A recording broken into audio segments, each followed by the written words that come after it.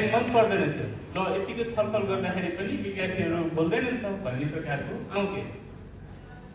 त्यसपछि अब यो टिचिङ मेथडको अलिकति धेरै कुराहरू सिक्दै जाँदाखेरि मैले कलेजमा पढाउँदै गर्दाखेरि त्यो मेथडहरू अप्लाई गर्ने कोसिस गरेँ 11-12 क्लासका केही विद्यार्थीहरूलाई पनि।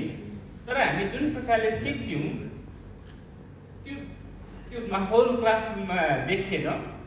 अनि मलाई अझै होइन मैले लिएर आउनु त खोजेको हो, त्यो डिस्कसन मेथडहरू भयो, प्रेजेन्टेसन मेथडहरू भयो, अरू मेथडहरू मैले लिएर आउनु त खोज्दैछु त, तर हामीले सोचेको जस्तो विद्यार्थीबाट रेस्पोन्स किन आइराखेको छैन भन्ने चाहिँ गएको 4 वर्ष 5 वर्षबाट मेरो दिमागमा त्यो पनि आइराखेको थियो।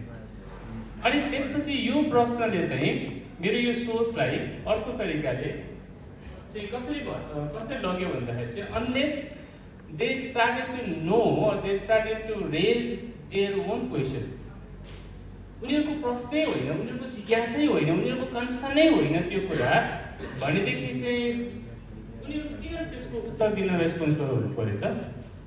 किनभने हाम्रो प्रश्न, हाम्रो कन्सर्न, हाम्रो चासो कस्तो युथहरूको विषयमा, तिमीहरू यस्तो हुनुपर्छ भन्ने चासो पनि हाम्रो, तिमीहरू यसरी गर्नुपर्छ भन्ने चासो पनि हाम्रो नै, अनि प्रश्न पनि हामीले नै बनाइदिएका छौँ। अनि हामीलाई लाग्छ कि त्यो वेमा उनीहरू गयो भनेदेखि चाहिँ हुन्छ जस्तो लाग्छ।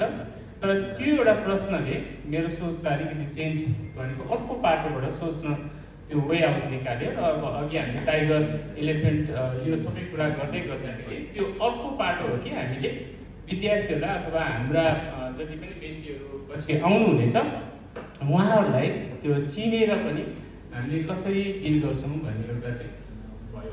अनि यो 1 वर्षको दौरानमा धेरै विषयहरू छ, आइडेन्टिटी, कलिङ र step forwards in the future भनेर।